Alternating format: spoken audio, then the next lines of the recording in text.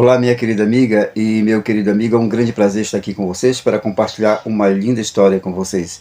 Deus abençoe você e sua família. Seja bem-vinda, minha querida amiga, e seja bem-vindo, meu querido amigo, para a mensagem de hoje. Vejam só essa história. O famoso conferencista e Arturo, ele costumava contar ali a seguinte história. Havia duas rãs que elas viviam em um pântano, situado ali ao lado de uma estrada de ferro. A, a intervalos regulares, durante ali o dia e também durante a noite, uma locomotiva gigantesca ela saía rugindo do túnel, que ficava justamente ali perto.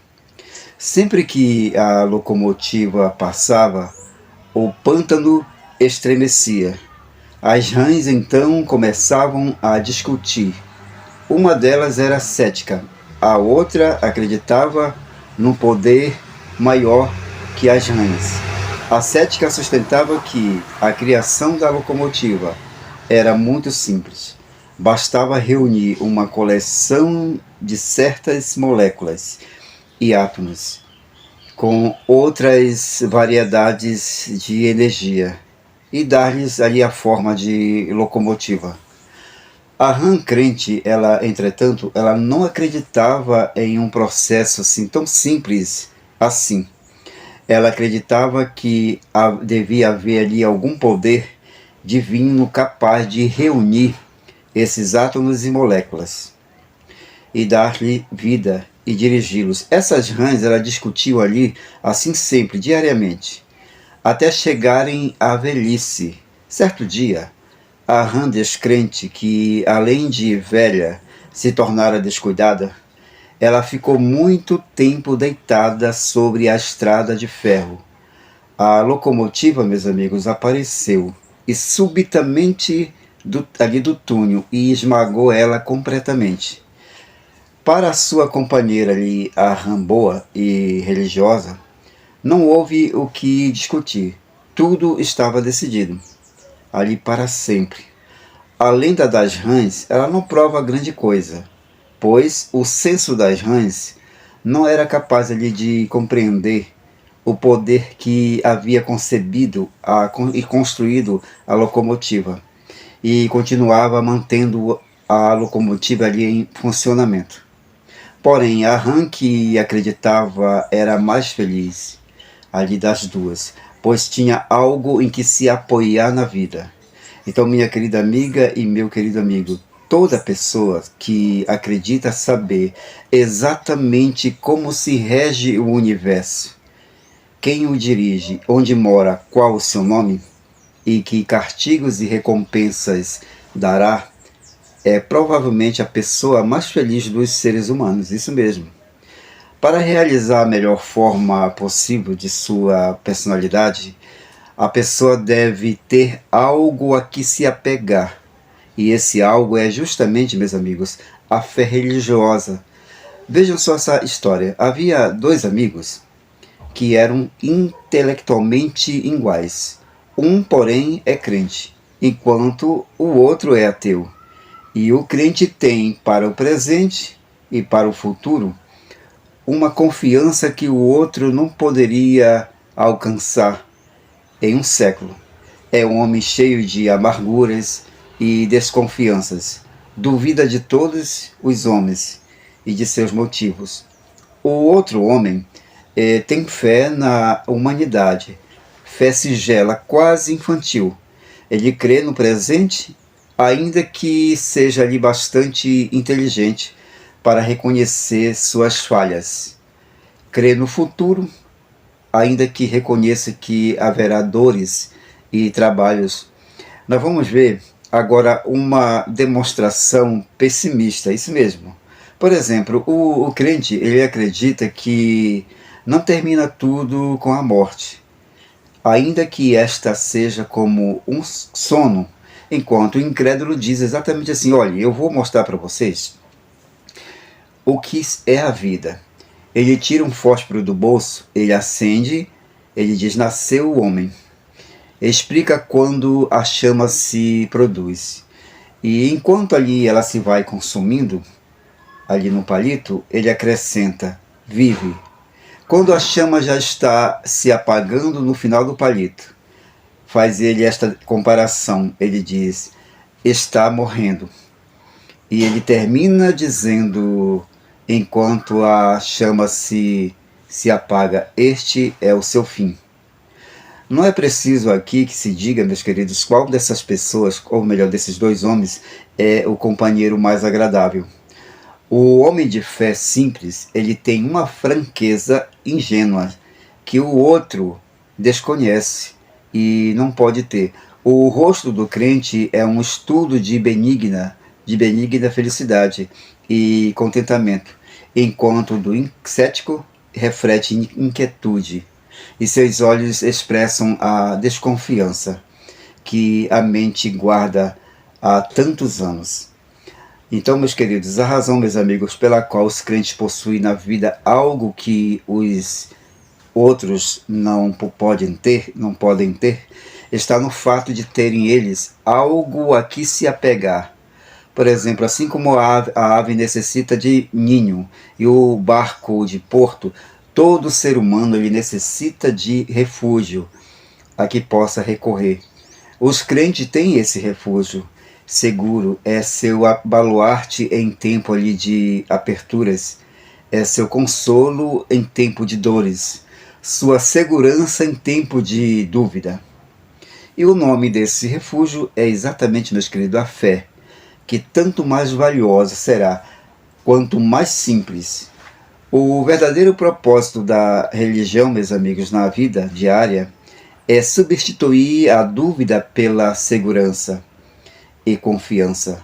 As duas coisas de que necessitamos para atravessar situações difíceis de qualquer natureza que sejam. A religião de que necessitamos para refazer a nossa personalidade é a mesma espécie, meus amigos, de simples de religião que o homem sempre necessitou. A religião de que necessitamos hoje é essencialmente, meus queridos, uma ação. Para a personalidade, a melhor religião é a que induz a uma ação e não só a pensar. Nela temos a fé e as obras da Escritura Sagrada. Nas trincheiras, meus amigos, não há ateus. Vejam só essa história. O refúgio que a fé apresenta bem se ilustra na resposta que certo tenente-coronel norte-americano ele recebeu quando, durante a batalha desesperada em que o seu país perdeu ali as Filipinas, ele se encontrou um dia com um velho sargento do exército ajoelhado em sua trincheira. E ele perguntou se estava orando. Sim, coronel, nas trincheiras não há ateus. Foi a resposta ali e essa resposta se fez popular, pois não só mostra, meus amigos, o que sentem os seres humanos perante a morte, mas também a comprovação de que muitos deles se salvaram em circunstâncias providenciais, visivelmente em resposta à fé que exprimiram ao pedir a ajuda de Deus, quando era quase completamente impossível recebê-la ali de seus semelhantes. Alguns desses casos reais, foi o de um jovem e seus companheiros, que eles vagaram semanas numa balsa de borracha, perdidos ali no Pacífico, e foram milagrosamente, meus amigos, eles foram salvos e receberam muita publicidade. Um jovem militar, ele alistado voluntariamente no exército, esse jovem que por fim reconquistou as Filipinas, vários anos depois do incidente, nós vamos ver a história desse jovem. Tratava-se de um jovem de 24 anos, o sargento R, que com seu pilotão, ele avançou cerca de 45 quilômetros, logo no primeiro dia de desembarque. pois a princípio, meus amigos, quase não houve resistência em Mindanao, e no segundo dia, porém, houve ali um contra-ataque japonês e as tropas de avançada norte-americanas tiveram que recuar. Esse jovem e o seu pilotão viram-se de repente surpreendidos em plena marcha, sem trincheiras, e também não tinha tempo ali para cavar uma trincheira, por uma coluna, meus queridos, japonesa que avançava ferozmente. O sargento fez colocar ali a metralhadora no meio do caminho e ele deitou no chão por detrás dela. Depois de ordenar ali aos soldados que buscassem abrigo e refúgio ali nas valetas do caminho, esperou ali enquanto o inimigo se aproximava ali, fazendo-lhe alvo com seu fogo de fuzilaria e morteiros. O que sucedeu quando abriu fogo, e pela eficiência de sua arma, ele conseguiu deter a força inimiga, que com gritos aterroradores se precipitaram para ele. Ele foi possível aí salvar a vida dos seus companheiros, ali do massacre certo. Não é tanto o que nos interessa aqui, mas, meus amigos, os sentimentos que, segundo a carta que esse jovem escreveu mais tarde a seu pai, o agitavam durante esses trágicos instantes, pois podia abrir o coração a esse pai espiritual, um pastor evangélico, que criou ele ali no temor de Deus, e cujos os ideais havia abandonado para buscar, qual filho pródigo, as aventuras ali do mundo. E eis o que dizia ele ali na carta, a esse pastor que por ele orava constantemente.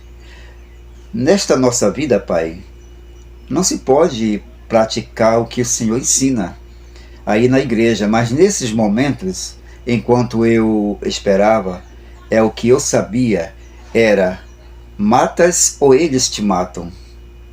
Passou diante de mim toda a minha vida, e eu decidi que se Deus nos salvasse, por minha parte, eu me tornaria outro homem. E até onde lhe permitiram, meus amigos, as circunstâncias ali da vida militar e a guerra que durou ali alguns meses, esse jovem cumpriu a sua promessa, pois em cartas posteriores ele disse: o que sobretudo me interessa é o bem-estar de meus jovens soldados. Quero que voltem são e salvos. Esse jovem, meus queridos, certa vez salvou a vida de seus soldados e recebeu por isso uma medalha de valor por seu feito heróico. Isso aconteceu quando ele salvou a vida de todo o pilotão ao tirar certa vez uma granada japonesa que ali caiu e não explodiu. Ele sempre expunha a sua vida em vez de a de seus companheiros. Mesmo no ambiente, meus queridos, da guerra, tão oposta ao ideal cristão, ele colocava em prática a experiência. E eu quero dizer para vocês que a experiência desses jovens se repete em milhares de casos. Não há como o perigo da morte, meus amigos, para fazer uma pessoa se voltar para Deus. Isso mesmo. Mas lastimável é que sejam tantos os que, passando o perigo ali, logo se esquecem de Deus, se envergonham de Deus, considerando o temor religioso uma fraqueza, e então procuram sufocar esses sentimentos espirituais da religião. É muito lamentável que muitas pessoas necessitem ver-se metidos em trincheiras, literal ou figurativamente, para recorrer à oração. Porém, meus queridos, é pior ainda envergonhar-se logo de haver orado. Geralmente, quando tudo nos vai bem, não sentimos necessidade de Deus, Isso mesmo, creio, muitas pessoas acreditam então que o sinal de hombridade aparentar despreocupação pelo que chamaríamos os grandes problemas universais. Quem sou? De onde eu venho? E para onde eu vou? Existe até quem concebe essa atitude de aparente indiferença religiosa, mesmo em situação de perigo. Outras pessoas que talvez antes pensaram em Deus, porém se envergonharam disso. Essas pessoas voltam a pensar e arrasou que se voltaram as costas a Ele. Pedir-lhe ajuda seria um ato indigno de sua parte. E essas pessoas fecham, meus queridos, o coração ao apelo da fé. Essa atitude é um grave erro. Primeiro porque até certo ponto ela é regida pela soberba, isso mesmo. E em segundo lugar, porque ofende a Deus, atribuindo-lhe sentimentos de rancor humano, quando ele, na verdade, ele mesmo se apresenta nas Escrituras Sagradas como não tendo para conosco senão sentimentos de amor e não querendo que alguns se percam, senão que todos venham a arrepender-se. Qualquer, meus queridos, que haja sido a conduta anterior, aceitarmos ou não o fato de termos uma vida para salvar, não anula a sua realidade. E nos convém, meus amigos, atuar de acordo com essa realidade. Não pode, senão, beneficiar-nos, com certeza, como também vai beneficiar a quantos nos rodeiam. Os sentimentos religiosos são naturais no ser humano. E eles devem ser cultivados, meus amigos, e não considerados como algo de que nos devamos envergonhar. Quem por temor ao ridículo ou por qualquer outro motivo os sufoca, atrofiando aí a própria alma. Essa pessoa produz desequilíbrio em seu ser. Esses sentimentos, meus amigos, constituem o exercício de uma parte de nossas faculdades mais elevadas. Para viver feliz, nós necessitamos desenvolver as 3 fases de nossa natureza: a fase física, a intelectual e também a espiritual. A cada passo nós tropeçamos hoje nos conselhos que nos dão os psicólogos para conservar-nos sãos e equilibrados, com o reconhecimento, meus amigos, necessário, que é ter uma fé religiosa, mesmo os que não se atrevem a recomendar que professemos a religião de Cristo. Mesmo assim, eles nos dizem que devemos praticar seus grandes ensinamentos. Isto é amar ao nosso próximo e ter fé em Deus. Agora, por que você não prova a Deus? Isso mesmo, prove a Deus. Eu vou contar para vocês como você deve fazer isso. Se você quer provar uma nova experiência, minha querida amiga, meu amigo, que vai melhorar a tua vida, resolva viver um dia inteiro confiando completamente em Deus. Resolva não afligir, nem ter medo, qualquer que sejam as circunstâncias. Mas você saber simplesmente que Deus te atende em tudo e que tudo vai bem. Faça isso, você terá uma surpresa. Em certa ocasião, a única coisa que um psiquiatra recomendou a um paciente para que ele se curasse ali da depressão, para que ele recuperasse a fé, foi que ele recuperasse a fé, porque a fé em Deus é potente para tratar os males mentais como os físicos. Pois o que cura uma enfermidade, meus queridos, é também, por lógica, o que pode evitá-la. A paz de espírito e uma vida familiar normal é tudo de que você e eu necessitamos para sermos felizes. Nós devemos fazer, meus amigos, um orçamento tanto de nossa energia como de nosso dinheiro e não nos apegar em coisas sem valor. Temos que recuperar nossa fé.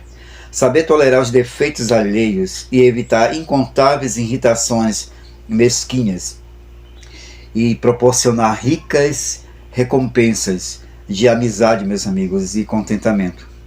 E nós devemos aprender a viver somente para hoje, sem lamentações nem aflição.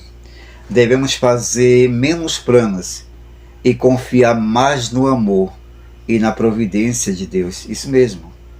Certa vez, uma moça, uma jovem universitária, ela confessou que nem ela e nem o seu esposo, eles podiam pensar muito em Deus.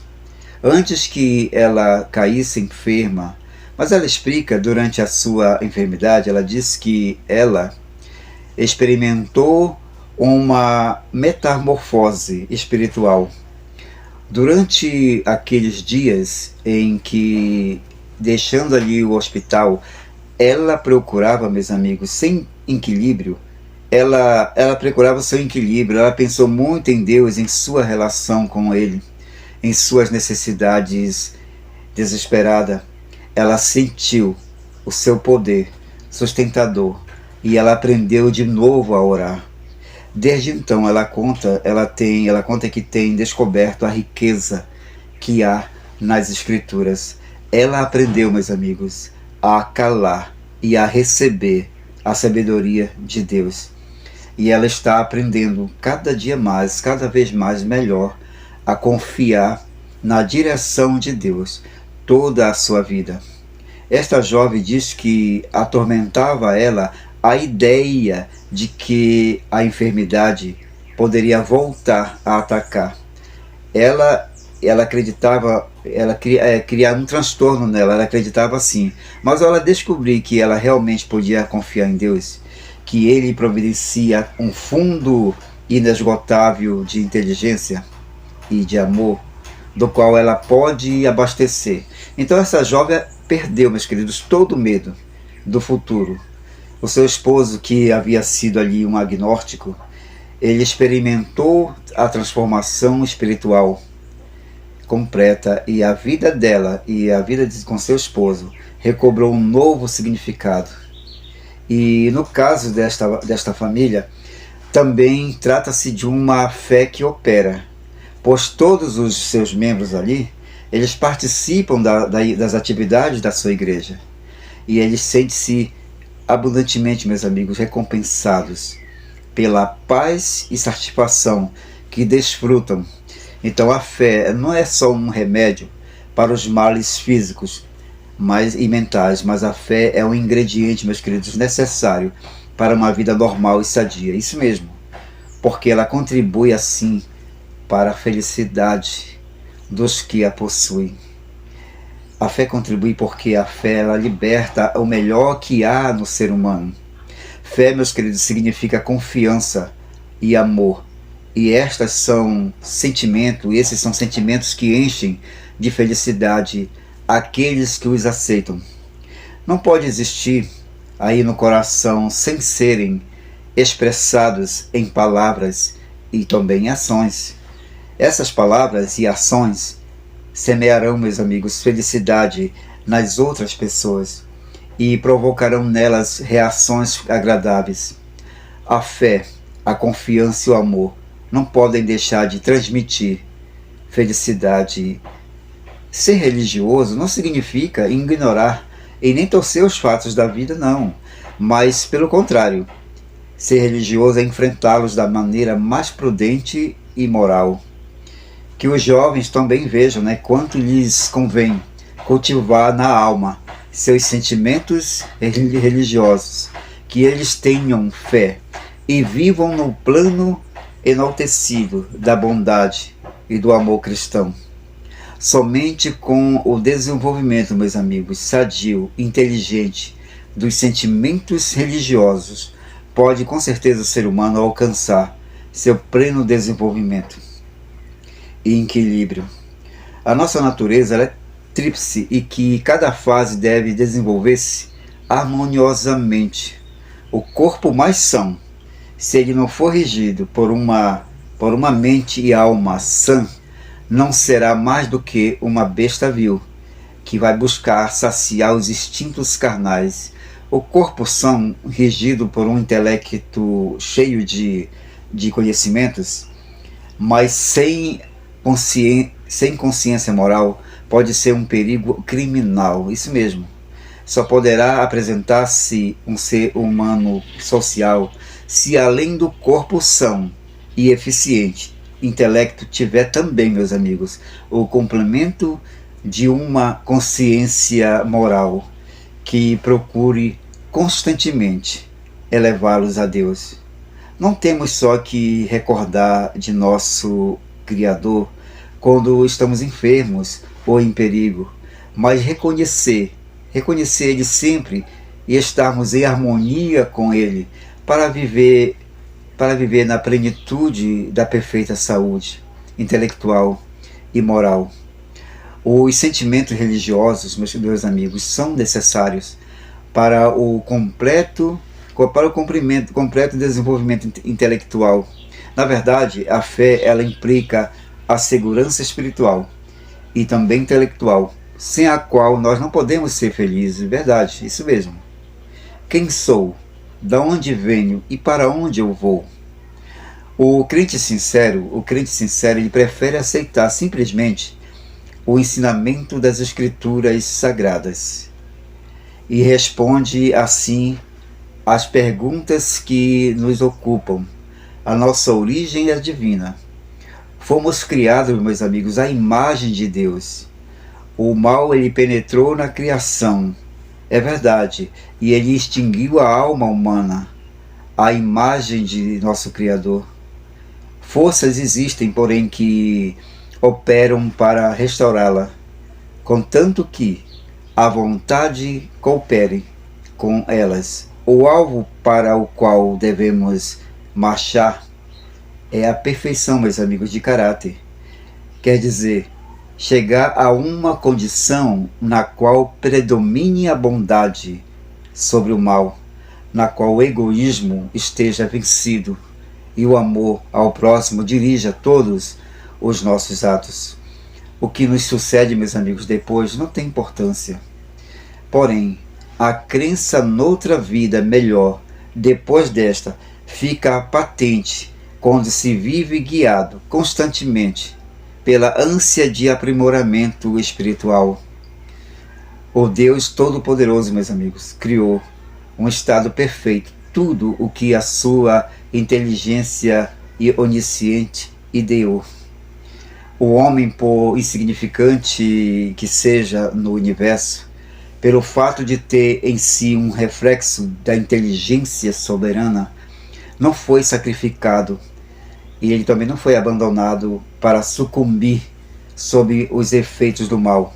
O homem concorda com o caráter de um Deus de amor, que se haja comunicado com ele mediante a inspiração, lhe haja revelado um plano de redenção ou regeneração, que tem por objetivo, meus amigos, permitir-lhe recuperar o alto posto ao qual ele estava destinado e restabelecer plenamente, meus amigos, em sua vida a imagem de seu Criador, aí destruída pelo pecado.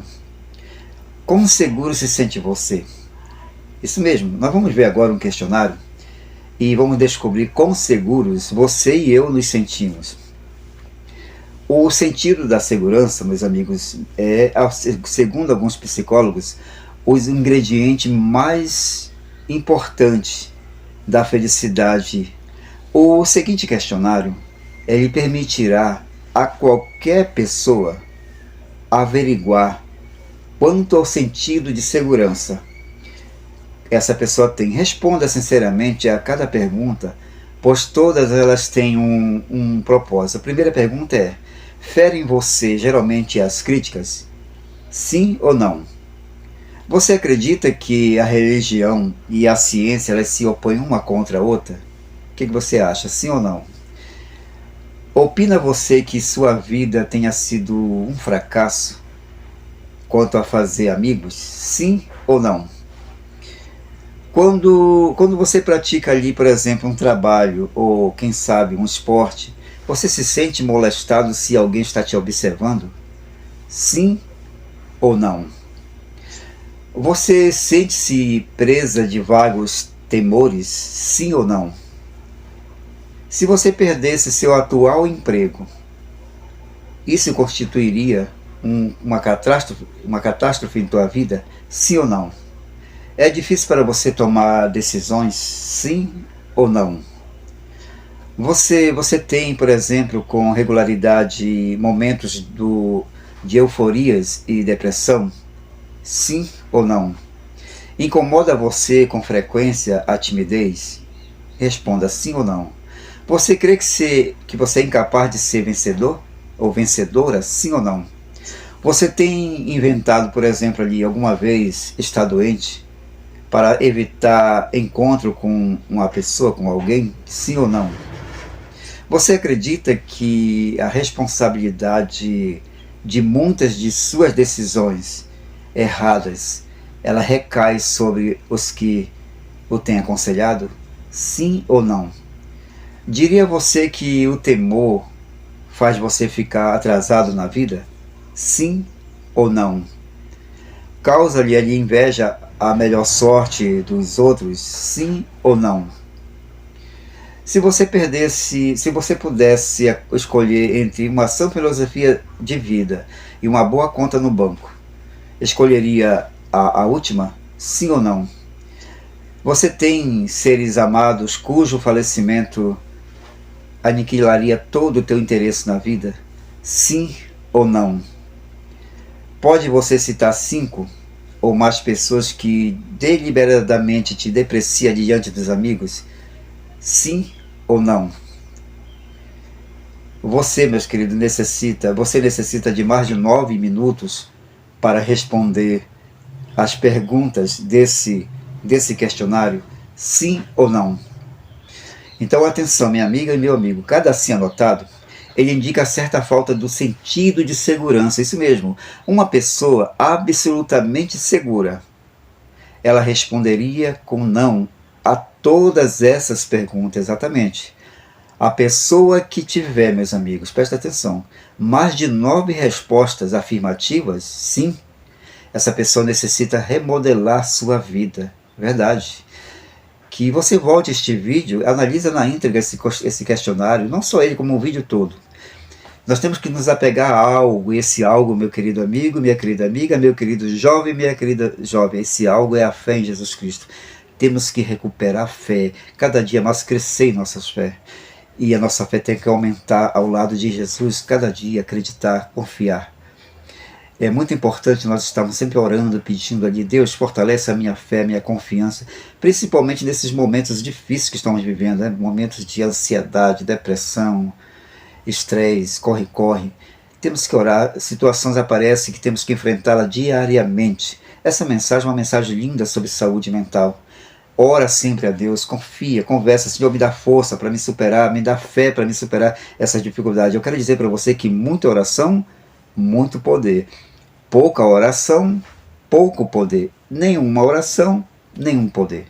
Que essa mensagem seja uma luz no teu caminho, uma bênção na tua vida e na minha vida. Compartilha ela aí com tua família, com teus amigos, nas tuas redes sociais. Eu quero reforçar o convite aqui também. Se você não é inscrito nesse canal, se inscreva. Se você está gostando dessa mensagem, convida teus amigos a se inscrever nesse canal aqui no YouTube, para que cada dia mais que publicar uma mensagem, o YouTube irá te notificar. Vai sempre lá, ativa o sininho, né? E sempre se inscreva. Se você já é inscrito, compartilha com outras pessoas, para que essa mensagem vá mais longe. Eu gostaria que essas mensagens fossem mais longe, para muito mais pessoas. São mensagens excelentes, que nos ajudam a como ter saúde mental, não só mental, como física e espiritual, como vimos aqui. Então, minha querida amiga, meu querido amigo, um grande abraço, até o nosso próximo vídeo. Valeu, gente, fiquem todos com Deus, amém. Tchau, tchau.